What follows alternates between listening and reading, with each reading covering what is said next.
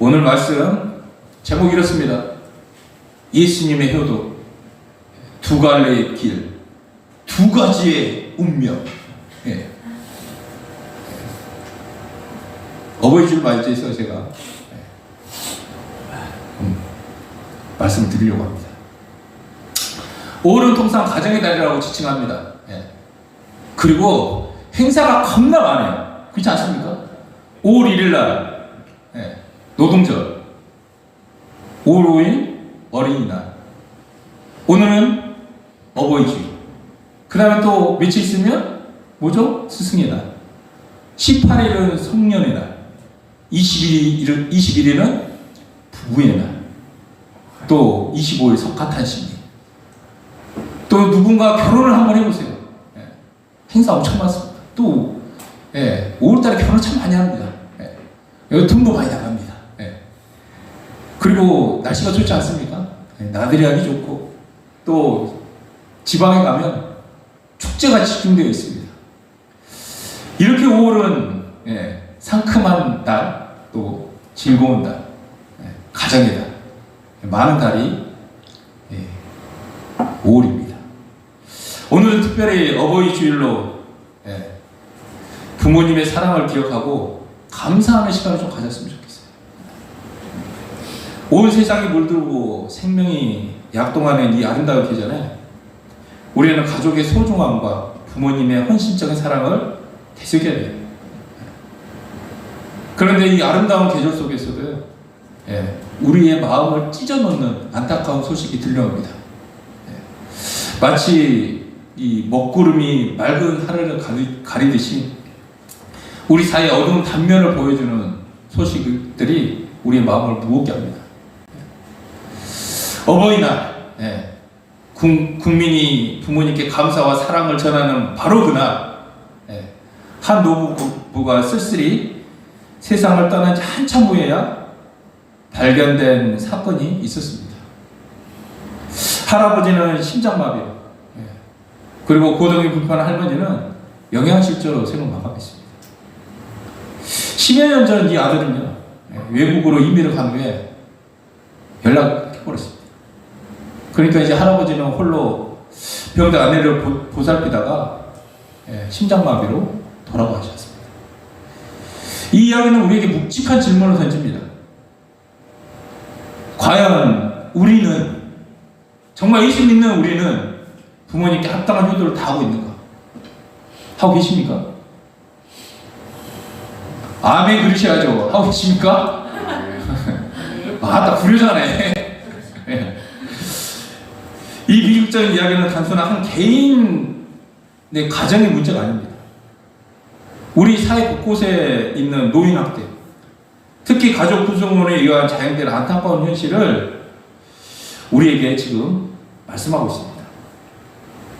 여러분, 부모님을 공경하는 것은 단순히 개인적인 도덕의 의무를 넘어가지고 하나님께서 우리에게 주신 가장 기본적인 명령이라는 거예요.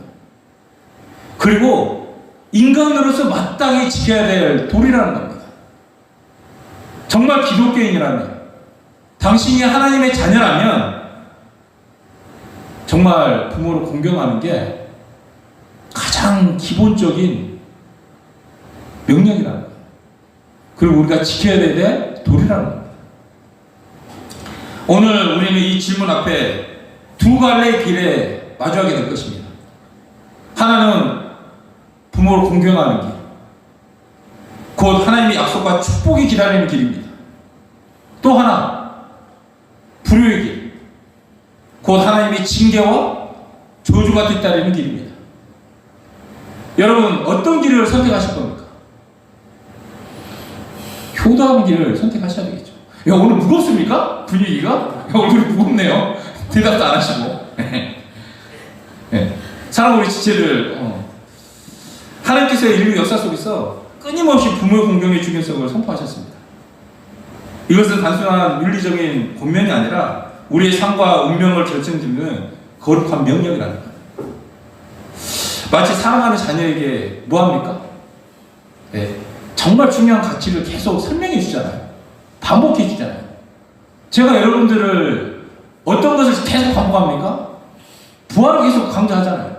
부활을 통해서 믿음이 생기고, 부활을 통해서 하나님 살아계신 것을 믿게 하고, 부활을 통해서 성경 말씀이 다 실제라는 것을 제가 계속 말하지 않습니까? 그렇다고 해서 십자가를 무시한 거 아닙니다. 부활로 십자가를 바라봤을 때 누가 죽었냐? 나를 위해서 하나님이 죽으신 줄 믿습니다. 이 가치를 너무나 중요하니까 제가 계속 반복하는 거예요. 여러분, 마치 사랑하는 자녀에게 가장 중요한 가치를 반복해서 알려주듯이 하나님께서 이 명령에 따를 때 놀라운 약속과 이를 거역할 때 엄중한 경고를 분명히 밝혀주셨습니다. 모세 시대에 시내에서 울려 퍼진 십계명 속에서 이 명령이 가장 먼저 새겨졌습니다. 1번부터 4번까지는 하나님에 대한 사랑, 거기에서 딱 돌파를 새겨주셨고, 인간에게 있어서 가장 먼저 새겨주신 게 뭐예요? 내 부모를 공경하라. 이걸 새겨주셨어요. 돌판에 새겨진 그 글자는 단순한 문자가 아니라 하나님의 심장이 담긴 음성이었습니다. 출애굽기 20장 10절 말씀 볼까요? 있습니다. 시작. 내 부모를 공경하라. 그리하면 너의 하나님 나 여호와가 내게 준 땅에서 내 생명이 길리라. 여러분, 이 말씀을 들으시고 마음에 새기시기 바랍니다.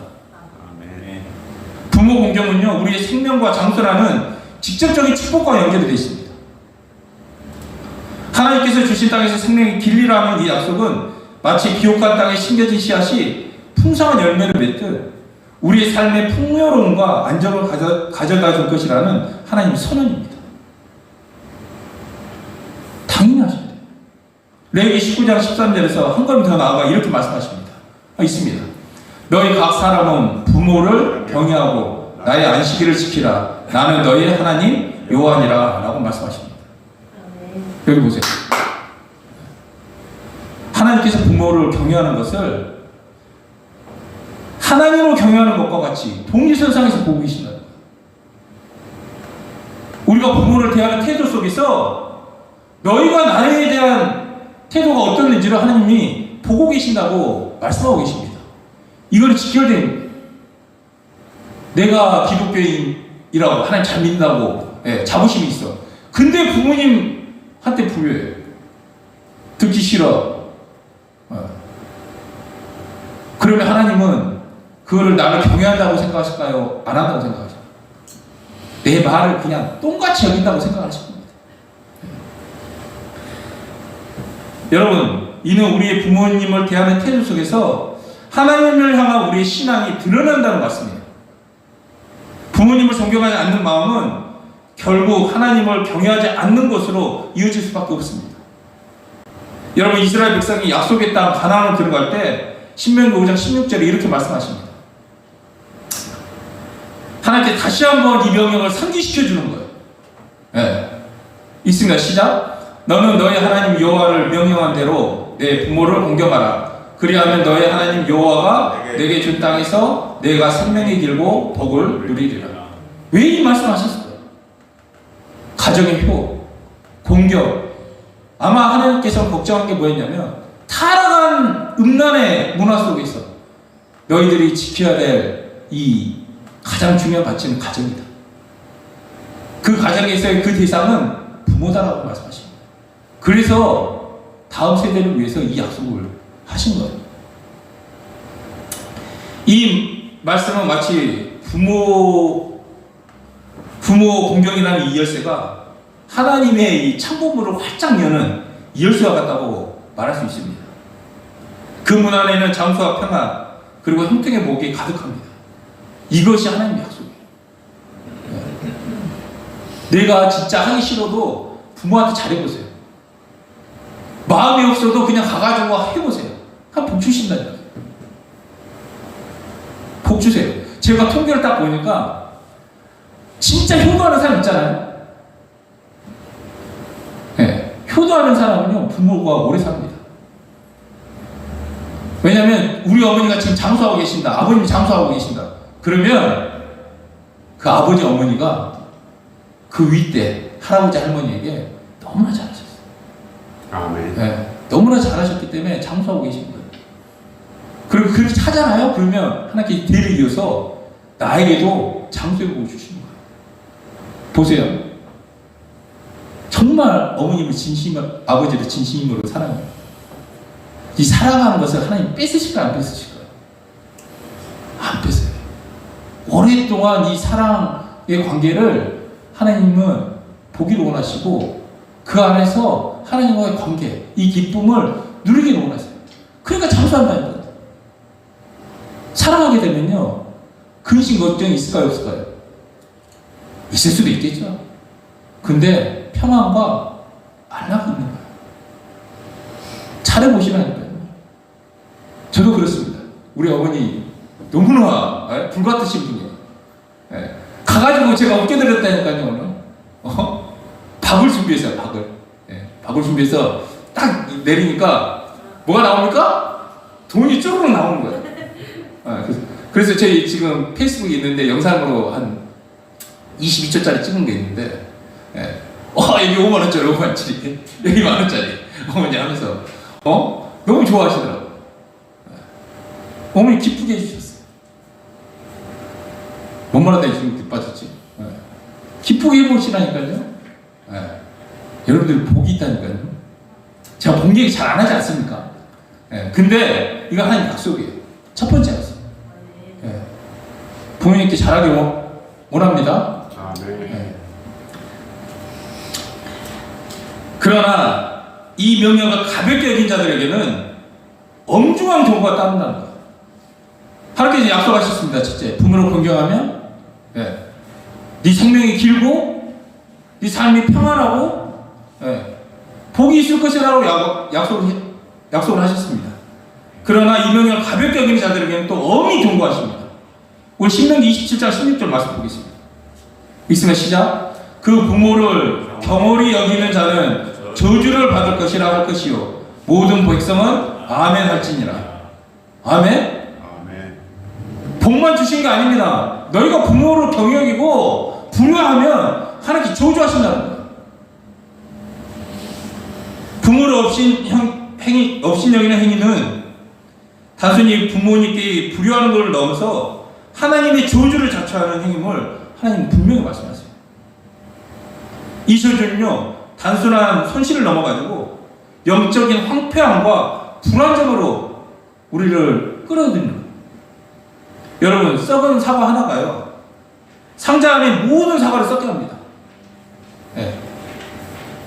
이 불효자 있잖아요, 여기. 이 건강한 공동체 전체를 썩게 만든다는 거예요. 독이 되는 겁니다.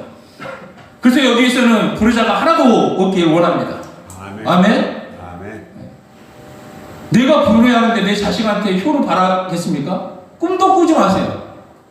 얘네들은 다 보고 배웁니다. 여기 보이는 우리가 복음을 알고 구원을 확신을 갖고 신앙생활을 하더라도요, 이 말씀에 누구 하나라도 순종하지 않으면요, 결국 자기가 주인 되어가지고 하나님의 저주를 받게 된다는 거예요. 잠언 23장 25절. 이 모든 것을 아우르는 말씀입니다. 읽겠습니다. 시작. 내 부모를 즐겁게 하며 너 낳은 어미를 기쁘게 하라. 아멘? 이렇게 권면하는 거예요. 이 말씀은 부모님 얼굴에 미소를 피어나게 하는 것이 그 하나님 얼굴을 활짝 피어나게 한다는 거예요. 이 진리를 가르쳐 주시는 겁니다. 사랑하는 우리 지체들, 형제 자매들, 신학시대에 와서도 이 효도의 명령은 변함이 없습니다. 에베소 6장 2절 볼까요? 이렇게 말합니다. 자녀들아, 너희 부모를 주 안에서 순종하라. 이것이 옳으니라 라고 얘기하고 있습니다. 골로새 3장 6절 말씀 봅니다. 자녀들아, 모든 일에 부모에게 순종하라. 이는 주 안에서 기쁘게 하는 것입니다. 이렇게 덧붙입니다. 또한 디모데전서 5장 4절 말씀은 이렇게 얘기합니다. 자녀와 손자들이 먼저 자기 집에서 효를 행하여 부모에게 보답하기를 배우게 하라라고 얘기하고 있습니다. 여러분, 효는요, 우리 세대에서 끝난 게 아니에요. 시대를 넘어 다음 세대로 계승해야 될 중요한 가치라고 말씀하고 있는 거예요. 그런데 성경은 더 무서운 경고를 합니다. 불효가 단순한 개인의 죄를 넘어 시대의 타락을 보여주는 징조임을 말씀하고 있는 거예요. 에스겔서 22장 6절에서 7절 말씀은요, 이스라엘의 멸망 원인 중에 하나가 반백들이 부모를 업신여기고 나그네와 고아, 과부를 학대했음을 고발합니다. 당시 이스라엘 사회는 지도층부터 부모를 경홀히 여겼고 약자에 대한 학대, 영적 부패가 만연했습니다. 그래서 예수님은 마태복음 15장 4절에 이렇게 말씀하십니다. 있습니다. 시작. 하나님이 이르셨을 때 내 부모를 공경하라 하시고 또 아비나 어미를 해방하는 자는 반드시 죽으리라 하셨거늘, 이렇게 말씀하시면서 당시 사람들이 조상들의 유전을 핑계 삼아 부모 공경의 계명을 저버리는 것을 단호히 비판하셨어요. 제가 예전에 한번 얘기했죠. 고르반. 하나님께 드렸다 이러면요, 다른 것을 안 해도 된다. 이것을 안 넘겨서 부모님께 드릴 것을 저 하나님께 드렸어요? 이렇게 해가지고 부모를 공경하고 섬기는 것을 자기 생각대로 말씀을 폐해버리고 그렇게 살아갔다는 겁니다. 예수님은 종교적인 유선 뒤에 숨겨진 불효를 정확히 깨트려 보고 계셨어요. 겉으로는 하나님을 잘 섬기는 것처럼 보이지만 실제로는 가장 가까이 있는 부모를 외면하는 이중적인 태도를 질책하신 겁니다. 우리 디모데후서 3장 2절 말씀 볼까요? 말세의 징조에 이런 현상이 나타난다고 얘기하고 있습니다. 있으면 시작. 사람들이 자기를 사랑하며 도를 사랑하며 자랑하며 교만하며 비방하며 부모를 거역하며 감사하지 아니하며 거룩하지 아니하며. 종말의 징조 중에 하나 뭐라고요? 부모를 거역하는 것. 이것을 언급합니다. 저는 너무나 놀랐어요. 어떻게 2000년 전에 어떻게 알고 있었을까? 여러분, 불효는 단순한 과거의 문제가 아니라 마지막 시대 만연한 때, 만연한 시대 만연한 발음도 안 됩니다 지금이. 마지막 시대에 만연한 영적 타락의 심각한 증상임을 경고하는 말씀이에요. 형제가 형제를, 아비가 자식의 죽음에 내어주고 자식들이 부모를 대적하여 죽게 하는 존속 살인 행위가 만연할 것이라고 예수님은 말씀하셨습니다. 이렇게 섬뜩한 현실을 우리에게 보여줍니다. 제가 깜짝 놀랐어요. 맞지 않습니까? 지나가다가 고등학생 찔러가지고 2명의 아이를 죽게 만들고, 묻지마 살인, 그리고 아까 초반에 언급했던 것처럼 부모를 버리고 노인들의 문제가 얼마나 심각합니까? 제가 봤을 때 이건 종말의 징조입니다. 종말의 징조. 우리가 지금 목도하고 있는 노인 학대와 부모 유기 현상은요, 종말의 징조가 우리 눈앞에서 펼쳐지고 있다는 거 아니겠습니까? 여러분, 불효의 길은요, 파멸입니다. 이것이 하나님의 엄중한 선포임을 여러분들 기억하시기 바랍니다. 네. 어버이 주일만 딱 마음에 새기고 그 다음부터는 아니라 늘 우리 부모님을 공경하고 돌봐야 될 줄 믿습니다. 아멘. 여러분, 이 성경의 가르침 속에서 우리는 가장 완벽한 효도의 모범을 발견합니다. 바로 누굴까요? 목사님일까요? 예수님. 네. 바로 우리 주 예수 그리스도입니다.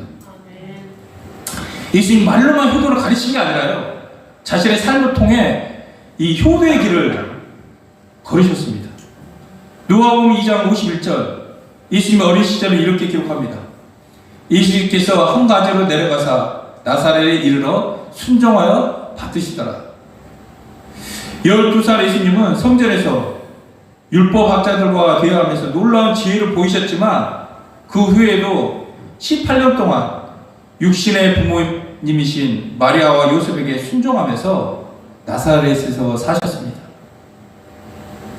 고향 사람들이 예수님을 마리아의 아들 목수가 아니냐 이렇게 불렀던 것은 예수님께서 장남으로 아들로서 아버지의 일을 도우며 가정의 책임을 다하셨음을 보여주는 증거입니다. 하나님의 큰 뜻을 이루기 전 예수님은 이 땅에서 육신의 부모님께 순종하며 가장 기본적인 가정에서의 효를 몸소 실천하셨습니다. 그리고 예수님의 효심은 단순히 가정 안에서 머물지 않았습니다. 요한복음 2장을 보면요, 가나 혼인잔치에서 포도주가 떨어지자 어머니 마리아는 예수님께 이 사실을 알립니다. 예수님은 다소 퉁명스럽게 이렇게 얘기하죠. 여자여, 그가 나와 무슨 상관이니까? 이렇게 대답하셨지만 마리아는 아들의 깊은 마음을 아셨기에 하인들에게 이렇게 얘기합니다. 무엇이든지 그가 시키는 대로 하라. 아들을 신뢰했습니다.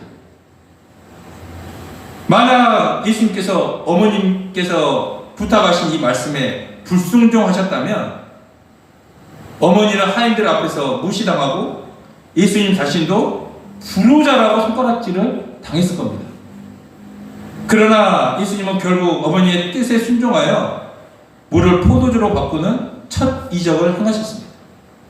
이건 예수님 스스로가 이적을 행하신 게 아니에요.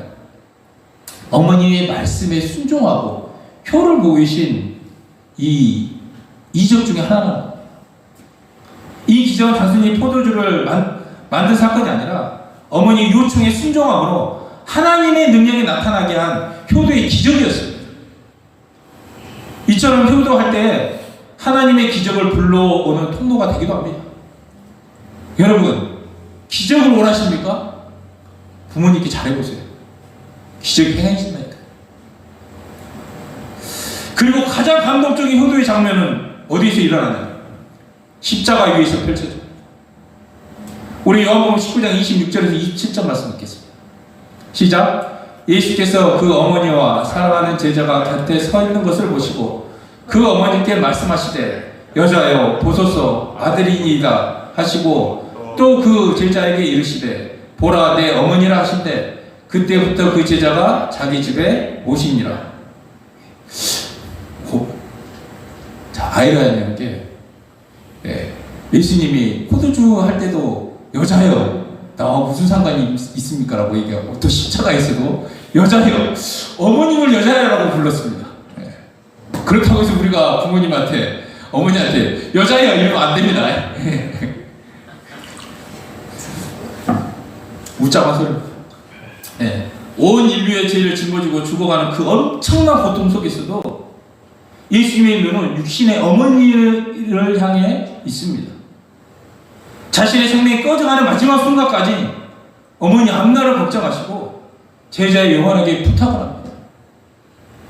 이것이 우리가 본받아야 될 위대한 효심의 본보기입니다. 가장 큰 사명을 감당하는 순간에도 가장 가까운 어머니를 향한 사랑을 잊지 않으셨습니다. 오늘날 우리는 부모님 모시기가 어렵다고 공원에 내다버리거나 양로원에 맡겨놓고 찾아뵙지 않는 자식들이 있습니다. 심지어 부모님을 홀로 놔두고 타지에 가버려서 부모님이 어떻게 사시는지 모르는 그런 자식들이 있습니다. 욕은 할 수가 없고 이러한 얘기는요 하나님의 저주를 자초하는 불효의 길이고 종말의 징조를 앞당기는 마귀의 자녀, 그 주역과 같다고 말씀하고 있다라는 거예요. 그러나 예수님처럼 마지막 순간까지 본인을 사랑하고 돌보는 것, 이것이 하나님의 약속과 축복을 기다리는 길입니다. 여러분, 우리가 예수님처럼 효도를 실천할 때 우리의 삶은 하나님의 은혜로 가득 차게 될 것입니다. 그렇다면 여러분, 우리는 이 시대에 어떤 선택을 하실 겁니까? 어떤 선택을 하실까요? 부모님 이미 곁에 계시지 않는 분들 어떻게 해야 될까요? 후회만 하고 있을 건가요? 아닙니다. 예수님께서 어머니를 요한에게 부탁하셨던 것처럼 요한은 마리아를 자기 집에 모셔가지고 섬겼던 것처럼 우리가 효도할 부모님이 계시지 않더라도 주변에 외로운 어르신들, 자식 없는 부모님들 우리가 섬기면 됩니다. 교회가 섬기면 됩니다. 또 여러분들이 가서 복음을 전하시고 하나님의 마음으로 섬기시면 됩니다. 우리는 단순한 혈연 관계에 얽매이지 않고 사랑의 마음으로 이웃의 부모를 섬김으로써 하나님의 사랑을 실천할 수 있습니다. 어떤 분이 그랬더라고요. 어떤 그리스도인이 자원봉사를 하면서 독거노인들 도시락 배달을 하면서 늘 기도해 줬답니다. 혼자 기도해 줬대. 그럼 꼭 교회 나오시고 그러면서 목사님한테도 부탁하고 해서 가서 신방받고 그랬답니다. 근데 이 독거노인이 돌아가실 때 어떤 일이 있었냐면 정말 예수님 만난 거예요. 정말 예수님 만나가지고 너무 좋은 거예요. 그래서 이 땅에서 자식들한테 버려지고 서러움 당했던 거 이 복음을 전해준 그 한 사람으로 말미암아 천국을 소망하면서 그렇게 살다 가셨대요. 근데 이 할머니가 엄청난 죄가 있어요. 그러면서 이것을 장학금으로 써달라고 이렇게 교회에다가 이렇게 헌금하고 가셨다고 얘기가 있습니다. 이걸 따라서요. 정말 내가 부모가 안 계시더라도 내 부모 같은 사람들 아닙니까? 어르신들 옆에서 잘 챙기고 가장 중요한 것은 그 사람에게 하나님 사랑을 시험해 줍니다. 당신을 통해서 자식한테 못 받던 사람, 하나님한테 버림받았다고 생각했던 그 마음이 우리의 사랑으로 말미암아 녹아져서 마음을 열고 예수님을 영접한다는 사실입니다. 여러분, 이것 또한 하나님의 약속, 우리 삶에 불러온 아름다운 효도입니다. 우리 한국의 효 사상에는 크게 두 가지 종류가 있다고 합니다. 하나의 육체적 효도입니다. 용돈을 넉넉히 드리고 맛있는 음식을 대접하고 좋은 옷을 사드리는 물질적인 효도. 이번에 하셨죠? 어제 했을 줄 믿습니다. 저 돈 많이 나갔습니다. 어제 없는 돈 짝짝 끌어서 기쁘게 해드렸습니다. 육체적인 효도예요. 다른 하나는 정신적인 효도입니다. 비록 경제적으로 넉넉하지 못하더라도 항상 부모님을 근심을 끼치지 않는 것, 마음을 편하게 해드리는 것, 이것 또한 효도입니다. 삼국유사의 빈녀양모라는 얘기를 아십니까? 가난한 처녀가 눈먼 어머니를 봉양하기 위해서 남의 집에 들어가 품을 팔아 기름진 쌀밥을 받아가지고 쪄서 드렸습니다. 그런데 어머니께서 말씀하셨어요. 거친 밥을 먹을 때마다 마음이 편치 않다고. 왜 그랬을까요? 고생스러운 딸의 얼굴, 그 기색을 본 것이죠. 이처럼 부모는 자녀의 작은 표정 하나에도 마음을 쓰십니다. 이 이야기를 물질적인 풍요보다 더 중요한 것은 부모님의 마음을 헤아리는 진정한 사랑인 걸 가르쳐 주는 겁니다. 가정사역자로 잘 알려진 송기로운 목사님, 현대인이 부모님께 실천해야 될 10가지 효도 방법을 제시했습니다. 이는 우리가 일상 속에서 부모님께 사랑을 표현하고 그분들의 삶을 존중하며 함께 기쁨을 나누는 구체적인 방법이어서 제가 이것을 소개해드리기를 원합니다. 이 모든 실천은 하나님의 약속을 우리 삶에 심는 행위이기 때문에 꼭 이것을 기억하시고 실천해 보면 참 하나님의 축복이 여러분 삶 가운데 임할 거라고 생각을 합니다. 첫 번째, 부모님께 사랑한다라고 자주 고백하세요. 사랑은 표현할 때 비로소 완성됩니다. 이게 뭐 꼭 굳이 부모님한테만 해야 되겠습니까? 여러분들이 목사님한테 목사님 사랑해요 이럴 때 비로소 아가페적인 사랑이 완성된다는 거예요. 두 번째, 부모님의 늙음을 이해하시기 바랍니다. 느려진 걸음, 또 반복되는 이야기, 때로는 고집스러운 모습까지도 여러분들 사랑으로 품기 원합니다. 왜 저렇게 반복하면서 한 얘기하고 또 얘기하고 그러실까? 자식 잘 되라. 살아보니까 그게 최고의 가치니까 고집스럽게 얘기하시는 거예요. 여러분들 부모님이 얘기할 때 귀찮다고 그러지 않길 원합니다. 제가 이 말씀을 준비하면서 회개했어요. 회개. 그리고 세 번째, 웃음을 선물하시기 바랍니다. 보약보다 값진 것은 부모님 얼굴에 웃음꽃이 활짝 피는 거예요. 피게 해줬습니까? 요즘은 이거 많이 주시면 얼굴 활짝 피더라고요. 예.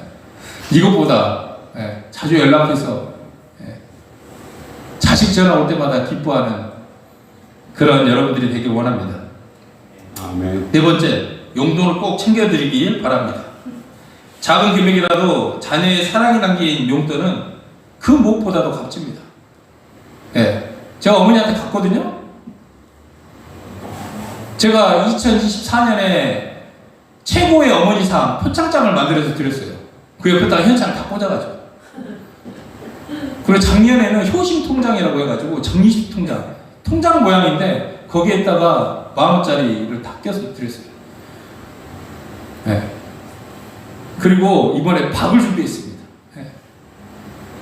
그거를 다 쓰신지 아세요? 제가 얘기를 했어요. 어머니 이거 가지고 계시다가 야 쓰지, 여기 교회 가실 때 헌금하시라고, 10,000원씩 빼서 헌금하시라고. 그렇게 쓰시라고 했는데 어머니 그게 쓰셨을까 안 쓰셨을까? 안 쓰시고 그대로 가지고 계세요. 왜? 자녀의 사랑이 담겨있기 때문에 함부로 못 쓰시는 거예요. 그러니까 여러분들 용돈을 자주 챙겨드리길 원합니다. 부모님에게 일거리를 드리십시오. 삶의 의미와 활력을 찾을 수 있는 기회를 제공해 주는 거예요. 작은 텃밭을 만들어 드린다거나 교회 오셔가지고 얘들 간식 좀 챙겨주세요. 어머니 또 이 애들을 위해서 기도해 주세요. 일거리들. 일을 준다고 내 자녀 딱 맡겨놓고 자기들끼리 놀러 가면 안 됩니다. 그거는 일거리를 아니라 짐을 주는 거예요. 여섯 번째, 이야기를 자주 해드립시오. 자주 전화통화해서 가지 못한다면 별것 아닌 일상 얘기는 우리 부모님께 큰 기쁨이 됩니다. 그리고 일곱 번째, 밝은 표정을 자주 지으세요. 자녀의 밝은 표정은 부모님께 위로와 기쁨이 됩니다. 근심 걱정해서 가보세요. 부모님 그날 잠 못 잡니다. 내가 좀 가정이 어렵고 문제가 있더라도 부모님 앞에서 항상 웃으세요. 그럼 걱정 안 하고 그것만으로도 효도하시는 거예요. 여덟 번째, 작은 일도 상의하고 무난 인사를 자주 드리시길 바랍니다. 중요한 결정을 앞두고 부모님께 조언을 구하는 것은 아름다운 존중이에요. 아홉 번째, 부모님 인생을 잘 정리해 드십시오. 부모님 삶의 마지막 여정을 아름답게 마무리할 수 있도록 돕는 것도 효도입니다. 우리 장로님 어머님이 지금 요양병원에 이제 들어가셨는데 아마 더 건강하니 더 재미있게 지내실 거예요. 근데 이제 92세? 93세인가요? 예수님 만날 날이 얼마 남지 않았어요. 장로님도 이제 어머니의 삶을 잘 여정을 마무리할 수 있도록 지금 돕고 계시는 거예요. 며칠 전에도 또 올라갔다 오셨다고 그러더라고요. 이게 효도입니다.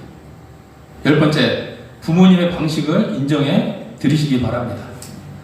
내 방식대로 부모를 바꾸려 하기보다도 그분의 삶을 있는 그대로 받아들이고 존중하는 것이 진정한 사랑입니다. 제가 바꿔보려고 했거든요. 안 바뀌어요. 부모님 안 바뀌어요. 근데 사랑으로 안아드리고 손잡아주면요 바뀌시더라고요. 사랑만이 우리를 바꾸는 줄 믿으시기 바랍니다. 아멘. 말씀 마칩니다. 우리는 예수님처럼 순종하는 마음으로 가정에서 그리고 이 세상 어디서든 마지막 순간까지 부모님 아끼고 사랑하는 효심을 본받길 원합니다. 누가복음 5장 2장 52절은 이렇게 얘기합니다. 5장 20 누가복음 2장 52절 읽습니다. 아이 사무엘이 점점 자라가며 여호와와 사람들에게 은총을 더욱 받더라. 요 말이 어디에 있습니까? 사무엘상. 사무엘상 2장 26절이에요. 이게 잘못한 거예요. 근데 누가복음 2장 52절은 어떤 말씀이냐면 이 말씀입니다. 시작. 예수는 그 지혜와 키가 자라가며 하나님과 사람에게 더 사랑스러워 가시더라. 예수님은 육체적으로 성장하셨을 뿐만 아니라 지혜와 인격적인 면에서도 성장해서 하나님과 모든 사람에게 사랑받는 분이셨습니다. 사무엘도 마찬가지였습니다. 우리가 세상에 있을 때 전인적으로 하나님과 사람들 앞에 사랑받을 때 이것이 바로 부모님께 드릴 수 있는 가장 값진 선물이고 예수님께서 우리에게 보여주신 효도의 완성입니다. 어디 가서든 자식이 자랑이 되고 사랑받는 자가 되라라고 말씀하는 거예요. 여러분, 어디 가가지고 내 아들이 왕따 당하면 내 부모 마음이 좋습니까? 안 좋습니까? 안 좋아요. 그렇죠? 가정 안에서 사랑받고 하나님께 사랑받고 밖에 나가서도 그 아이들은 사랑받으면서 살아갈 수 있다는 거예요. 우리의 삶의 효도를 통해 하나님의 영광을 돌리고 이웃에게 선한 영향력을 미치는 복된 삶이 되기를 예수님 이름으로 간절히 축원합니다. 아멘. 부모를 향한 우리의 사랑과 존경이 이 세상의 어둠을 밝히는 빛이 되기를 소망합니다. 불효의 길은 저주와 심판으로 이어지지만 효도의 길은 하나님의 약속과 축복으로 가득한 것을 여러분들 믿고 효로 행하는 저와 여러분 되길 원합니다. 아멘. 오늘 우리가 어떤 길을 선택하시겠습니까? 이 시간 우리 모두가 예수님처럼 효도의 길을 걸어가기로 결단하고 하나님의 놀라운 축복을 경험하는 복된 성도들이 되시기를 주님의 이름으로 축복합니다. 아멘. 우리 시간 잠깐 통성 기도하기를 원합니다. 내가 지금까지 살면서 부모님의 사랑을 잊어버리고 살았다면 이 시간 다시 한번 회개의 자리, 그리고 예수님이 우리에게 보여주신 그 효의 본을 따르겠다고 결단하는 시간을 갖기를 원합니다.